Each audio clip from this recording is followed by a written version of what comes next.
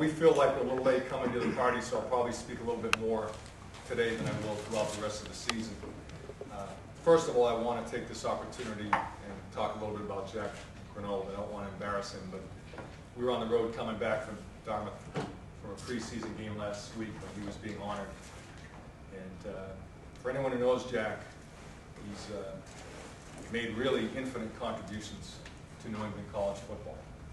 And if there's one individual, you say there's never one individual who really is the heart and soul of anything, especially in a bigger region with so many teams. But Jack's that guy. We can never repay him for all he's done to promote New England college football at all levels. So from the bottom of my heart, Jack, I want to thank you for everything you've done. You've been a wonderful colleague and friend. And for the people who really know Jack, they know what I'm talking about. He's a unique human being. They really broke the mold. So we're very, very grateful. And we look forward to enjoying this season of get-togethers. As far as our football team's concerned, people ask me what kind of football team you're going to have. I said, I'll let you know, on the end of Saturday afternoon when we play Holy Cross. Going into the preseason, our relative strengths look like we're going to be a very solid defensive team.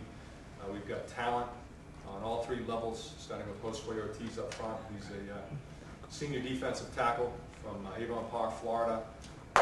Really great story. His family came over from Puerto Rico, and very humble means, and kid makes it to Florida. Going to be, he's not an NFL player, he's going to be a law professor someday. Josue led the Ivy League last year in sacks and tackles for losses, about 6'4", 265, benches 450 pounds.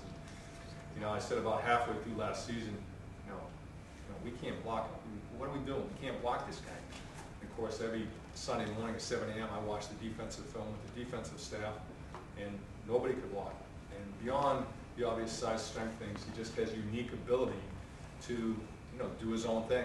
And sometimes that means he busts a double team, exactly how you're supposed to do it. Sometimes it means boom, boom. He goes behind. Incredible quickness and instincts for a kid. And he just, even when you double him, he's hard to block. And he gets doubled in every game. At the second level, Alex Keating, our captain, a senior linebacker from Hudson, Ohio.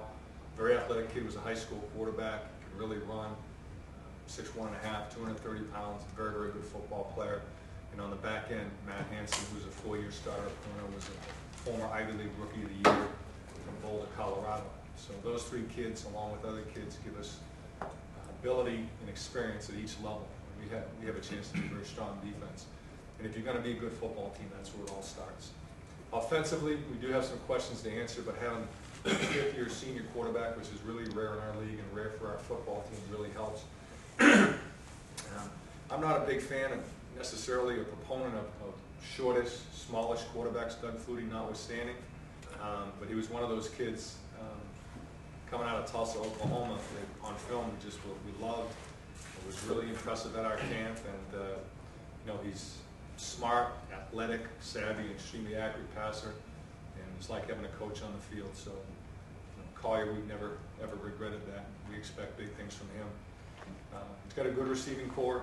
Chris Lodix, a 6'4", 3-year starter from Philadelphia, who's been a big play guy for us. Adam Christis, another 3-year starter from Pittsburgh, and Kyle Juszczyk, who's a 6'3", 240-pound slash.